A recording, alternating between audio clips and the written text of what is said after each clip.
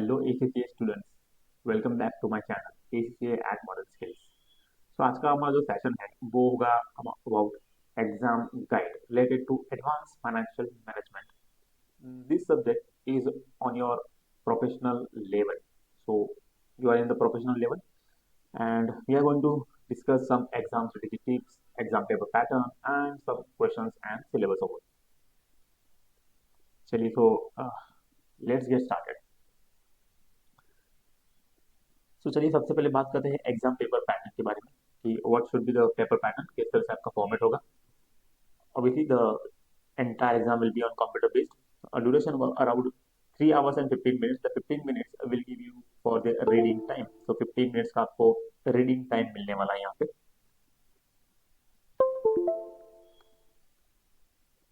So this will be the reading time. 100 mark का paper होगा and you can use the spreadsheets and word processing tools inside the exam hall. चलिए now let's see the question structure. Paper pattern क्या होगा? In this paper pattern, you will see two sections, section A and section B. Section A will cover a long compulsory case study questions. बहुत बड़ी question case study होगी, which will be around 50 marks. This will be on complex scenarios. बहुत सारे topics के अंदर मर्ज होंगे, integrated case studies type question होंगे।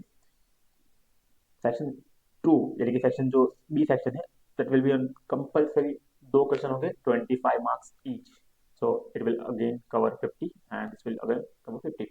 So this is your 100 mark question paper and all questions are compulsory obviously. यहाँ पे ना आपको एक प्रोफेशनल स्किल्स के मार्क मिलेंगे because now you are in the professional level, so you will get 20 marks for professionals. This include all questions, मतलब जितने भी क्वेश्चन होंगे ये दोनों question section A and section B, उन सब में ना कुछ पोर्शन आपका प्रोफेशनल स्किल्स का होगा। ठीक है, तो have to be act professional, आपको प्रॉपरली उसमें क्वेश्चन को एनालाइज करना है, क्वेश्चन के बारे में इंटरप्रेट करना है, कुछ सजेशंस देना है या स्ट्रेटेजी डिस्कस करनी है। सो उसके लिए आपको ये स्किल्स के मार्क्स रहेंगे 20 मार्क्स, जिसमें सेक्शन ए में आपको 10 मार्क्स रहेंगे, सेक्शन बी में आपको 10 मार्क्स रहेंगे। तो और ये जो 10 मार्क्स है वो दोनों में डिवाइड हो जाएंगे, यानी कि 5 मार्क्स प्लस 5 मार्क्स। तो this is your entire question structure. Now let's see कि मार्क्स किस तरह से डिस्ट्रीब्यूट होंगे। टेक्निकल मार्क्स जो होंगे, जो आपके 80 मार्क्स के हैं वो टेक्निकल मार्क्स होंगे, यानी कि जो भी कैलकुलेशन है, नंबर्स है, डिस्कशन है, वो सारे चीज 80 मार्क्स में होगी। और जो मैंने बात की जो प्रोफेशनल स्किल्स के मार्क्स होते हैं वो 20 मार्क्स के होते हैं, जिसमें आपका जजमेंट देना होता है, स्केप्टिज्म, कम्युनिकेशन बताना है एंड एनालिसिस का पार्ट इन्वॉल्व होता है। तो this is your 100 mark question paper. Now let's see what types of questions you may face in the exam. तो देखो एएफएम क्वेश्चंस जो है ना वो मिमिक करता है रोल ऑफ फाइनेंशियल मैनेजर। आपको अज्यूम करना है कि you are the financial manager of the any of the company, जिस कंपनी के बारे में आपको डेटा दिया गया, and you are providing advice to the top management. आप एडवाइस कर रहे हो टॉप मैनेजमेंट को। तो इस तरह से आपको अज्यूम करना है जब एग्जाम आप अटेम्प्ट करो तब। तो माइंडसेट ऐसा रखना है कि you are the financial manager and may be senior financial manager, because now you are the professionally skills development. चलिए कॉमन क्वेश्चन टाइप देखते हैं। सेक्शन ए जो 50 मार्क का क्वेश्चन होगा, जिसमें large integrated case studies question होंगे, including business valuations, financing, risk management, ये तीनों कंबाइन आ सकते हैं। तो यहाँ पे ना हर बार आपको कंबाइन केस स्टडीज की होगी, मतलब एक टॉपिक में से 50 मार्क का नहीं होगा, बहुत सारे multiple topics will be covered, like business valuation, financing, risk management, then corporate restructuring जिसमें मर्जर्स एक्विजिशन और बाय आउट का ऑप्शन हो सकते हैं। ठीक है, देन स्ट्रेटेजिक इन्वेस्टमेंट डिसीजन जिसमें एनपीवी और रियल ऑप्शन एक तरह से आपको वर्किंग करनी है, उसके रिलेटेड स्ट्रेटेजीज किस तरह से डेवलप करनी है, रिस्क मैनेजमेंट की स्ट्रेटेजीज जिसमें hedging, derivatives, forex exposure, this will all include all the 50 marks. In section B जहाँ पे आपको दो क्वेश्चन होंगे 25 marks each, it will often include advance investment appraisal, ठीक है, then derivative pricing, option, forward, future, swaps, उसमें आपके question आ सकते हैं, देन बिजनेस या एसेट का वैल्यूएशन के questions, cost of capital, capital structure, yield curves, ये सारे क्वेश्चंस होंगे एंड इसमें ट्रेजरी और वर्किंग कैपिटल स्ट्रेटजीज होंगी। सो इतने जो मिसलेनियस टॉपिक्स है वो इसमें कवर होंगे। Major topics will be covered in the large integrated case studies, जो कि आपका सेक्शन ए है। और आपके साथ वहां पे आपको प्रोफेशनल स्किल्स की भी रिक्वायरमेंट होगी, तो कौन कौन सी प्रोफेशनल स्किल आपको इम्प्लीमेंट करनी पड़ेगी in the exam. So analysis करना पड़ सकता है, इवेल्यूशन करना पड़ सकता है, कोई दो चीजें बताए ना उसको इवेल्यूट करना है, स्केप्टिज्म यूज करना है कि किस तरह से आप कितने टाइम में आप कितना अच्छे से आंसर दे पाते हो, communication acumen, commercial acumen and communication skills आपकी वहाँ पे एडवाइस की देखी जाएगी, मतलब आपको एडवाइस भी करना है कहीं पे। Now you are the senior finance manager, तो ऑब्वियसली आपको एडवाइस करना, कम्युनिकेट करना है, ठीक है, कमर्शियल एक्यूमेंट रखना है, कैपिटलिज्म यूज करना है, इवेल्यूशन करके देना है, या कुछ डेटा पे एनालिसिस करना है, तो वो सारी चीजें आपको वहाँ पे कवर अप होने वाली है। So and this all was, this include your 20 marks, so this is most important to you guys. चलिए now let's talk about the syllabus overview. Total syllabus को ना आपको 5 की एरियाज में बांट देना है।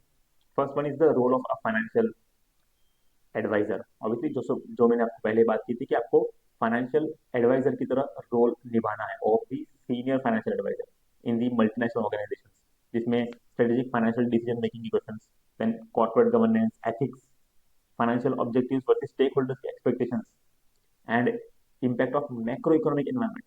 ये सारे कुछ थियरी बेस्ड केस स्टडीज जहाँ पे आपको क्वेश्चन पे एनालाइज करना है, उस पर कुछ इंटरप्रेट करना है, और इस पे आपका रोल क्या हो, वो आपका फाइनेंशियल एडवाइजर का रोल, वो भी सीनियर फाइनेंशियल एडवाइजर, तो वहाँ पे आपको रोल अपना निभाना है।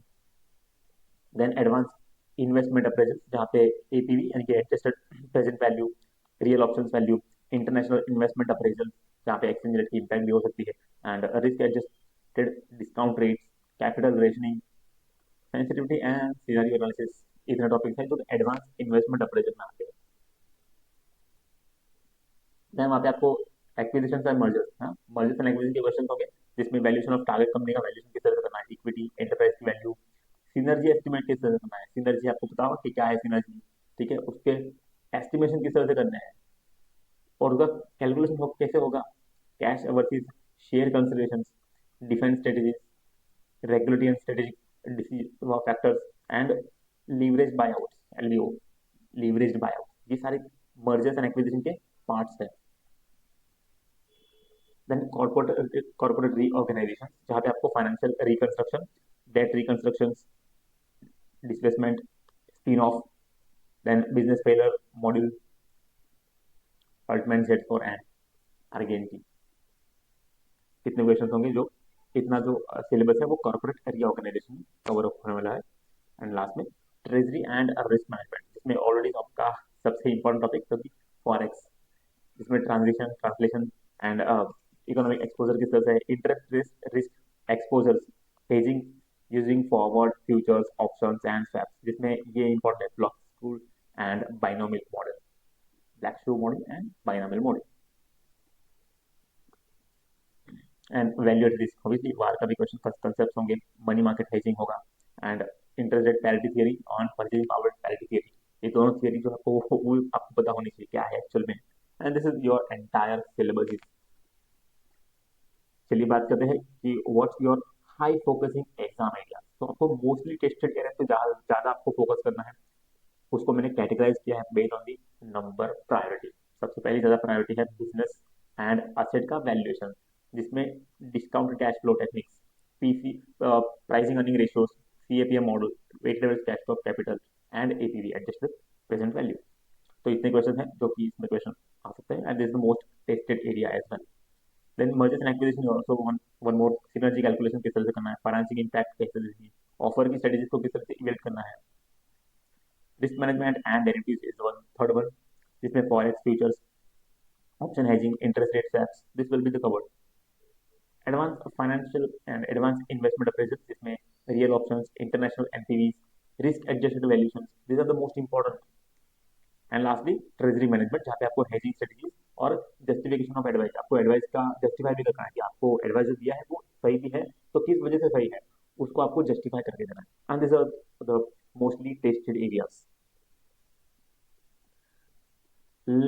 Let's dive into the smart strategy tips to score you high marks in the A round. देखो कुछ टिप्स दी गई है आपको। Tip number one, target professional skills.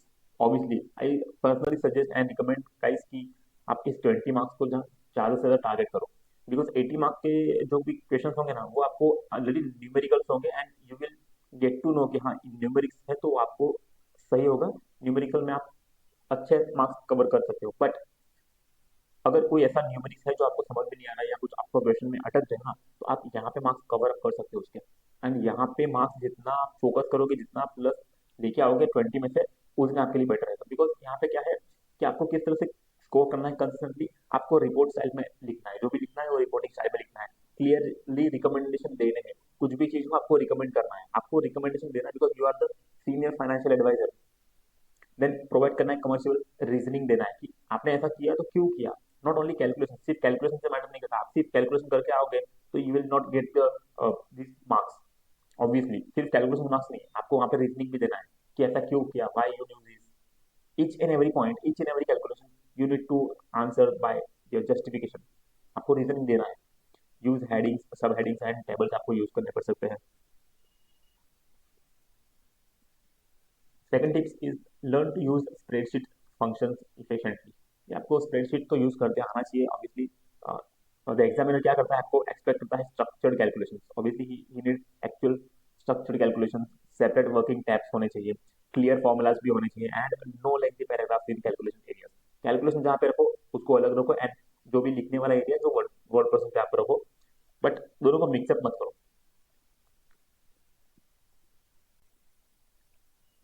Tip number 3, practice time management. आपको टाइम को अच्छे से मैनेज करके चलना है। जहाँ पे आपको सेक्शन ए और सेक्शन बी में कितना टाइम स्पेंड करना है, max to max you can say around 100 minutes you can spend on section A, 40 minutes each. Each यानी कि वो जो दो केस स्टडी से दो क्वेश्चंस पे 40 मिनट्स, यानी कि टोटल हो गया हमारे 80 मिनट्स। ठीक है। और बाकी बचे हुए 10 to 15 minutes you just leave it for review. Review करने के लिए आपके पास ना एटलीस्ट 10 मिनट का टाइम तो होना चाहिए, so you can review it in with in that 10 minutes. So this is the particular suggested area कि आपको यहाँ पे इतना टाइम अज्यूम करके चलना है कि यहाँ पे इतना टाइम आपको देना है max to max. Attempt every part, because never leave empty question paper. कुछ भी पार्ट आपको छूटना नहीं चाहिए। Every one you have to answer all the questions. Even incorrect logic gets partial marks. भाई लॉजिक अगर थोड़ा सा गलत हुआ बट फिर भी आपको पार्शियल मार्क्स मिलेंगे, माइक्रो मार्क्स मिलेंगे आपको। Professional marks still apply even if the technical answer is weak. चलो आपको मैंने जैसे पहले बताया था कि आपका न्यूमेरिक्स जो है ना वो कहीं पे गलत हो गया है, न्यूमेरिकल क्वेश्चंस जो है वो कहीं पे आपका सही आंसर नहीं दे, बट अगर आपका लॉजिक, अगर आपका जो टेक्निकल आंसर है, जो आपका जो इवन तो प्रोफेशनल मार्क्स वाले जो क्वेश्चन है उसका अगर आपने सही आंसर दिया है ना, तो you will get the professional marks as well. ऐसा नहीं है कि जो टेक्निकल क्वेश्चन का आंसर आपको गलत हुआ है तो उसके मार्क्स ही नहीं मिलेंगे, ऐसा नहीं है। अगर प्रोफेशनल आपका जो स्ट्रांग है, आपने अच्छे से बताया उनको कि सजेशन दिया है, एनालिसिस दिया है, भले ही वो नंबर गलत हो लेकिन एनालिसिस तो सही है, तो वहां पे भी आपको मार्क्स मिलेंगे। So obviously attempt every part, focus on interpretation and not just on numbers, because every time I see कि स्टूडेंट्स बच्चे ना गलती क्या करते हैं कि एक्चुअली ना वो सिर्फ नंबर्स नंबर्स नंबर्स पे लिखते थे, बिकॉज दे फील कि ये तो प्रैक्टिकल सब्जेक्ट है ना, इस पे तो मुझे सिर्फ और सिर्फ नंबर्स पे कैलकुलेट करना है। नहीं, इस ये जो एक्चुअल प्रैक्टिकल सब्जेक्ट है वो आपके स्ट्रेटेजिक लेवल का पार्ट है, strategy. Because now you are in the professional level पे हो आप। They also want explaining assumptions। आपने जो भी assumption लिए उनको आप एक्सप्लेन करो। Evaluate the impact. Examiner actually like this कि आपको assumptions को एक्सप्लेन करते आना चाहिए, इवेल्युएट करते आना चाहिए इम्पैक्ट को। शोइंग स्केप्टिसिज्म यानी कि मैनेजमेंट फोरकास्ट सीम ऑप्टिमिस्टिक। बहुत ही अच्छे से आपको यूज करते आना चाहिए अपना स्केप्टिसिज्म, बताना है मैनेजमेंट को किस तरह से हमने किया, क्या किया, क्यों किया एक्चुअल में।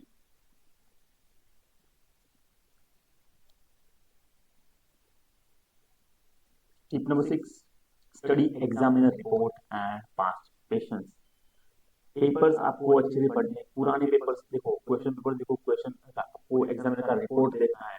अगर आप एग्जामिनर का रिपोर्ट देखते रहते हो तो यू विल गेट कि कौन कौन सी ऐसी जगह है जहाँ पे प्रीवियस एग्जाम्स में गलतियां हुई हैं, तो आप वहां पे गलती ना करो। AFM question repeat in structure. यहाँ पे स्ट्रक्चर में रिपीटेशन होता है, नंबर्स में नहीं, बट रिपीट करते हैं स्ट्रक्चर में रिपीट होता है। पैटर्न अपीयर्स इन मैनी हमारे जो मर्जर एक्विजिशन क्वेश्चन है या हेजिंग सेटअप है, रियल ऑप्शंस के लॉजिक है, यहाँ पे आपके क्वेश्चन रिपीट हो सकते हैं, स्ट्रेटेजी रिपीट होते होती है। Tip number 7, build calculation templates for EPV, real options, future hedging, option pricing and international NPVs। अभी ऑप्शन ये जितने भी हमारे कैलकुलेशन पार्ट्स हैं ना, उनके लिए आपको टेम्पलेट्स बना के रेडी रखते हैं इन योर स्प्रेडशीट्स। अगर आप टेम्पलेट बना के रेडी रखते हो ना, सो उसके बाद आपको सिर्फ और सिर्फ केस स्टडी में से कुछ पॉइंट अप लेने हैं, यानी कि कुछ कैलकुलेशन के लिए नंबर्स लेने हैं एंड नंबर्स को उसमें प्लग करना है, and you will get the exact fastest quick answer. आपको इसका आंसर फटाक से मिल जाएगा अगर आप टेम्पलेट यूज करते हो। तो कैलकुलेशन के टेम्पलेट आपको बनाने चाहिए और प्रैक्टिस करनी चाहिए कि फॉर्मूलाज कहाँ पे लगेंगे, किस तरह से लगेंगे। You can use spreadsheet formulas, और आपको उसको अच्छे से यूज करके आना चाहिए। और आप ऐसा अगर कर सकते हो तो obviously you can build up your templates ready to build, ready to answer template. So उसके लिए आपको करना चाहिए, because this can save huge time during the exam. And finally we can conclude this, AFM rewards commercial thinking. Obviously commercial thinking पे marks मिलते हैं आपको। Structured calculations plus good communication skills, बहुत ही अच्छे से आपको कम्युनिकेट करके आना चाहिए। Mastering valuations, MA reasonings, derivative hedging, and strategic appraisals will place you in a strong position to score 60 to 70% marks. This will be the helpful for more, and this is what all about the exam strategy guides related to advanced financial management. I hope you enjoy the session, guys. Thank you so much for watching, and stay tuned for latest and upcoming videos like this at ACCA at Model Scenes. Thank you so much for watching, and please do subscribe my channel and also like and share this video to your ACCA colleagues. Thank you so much.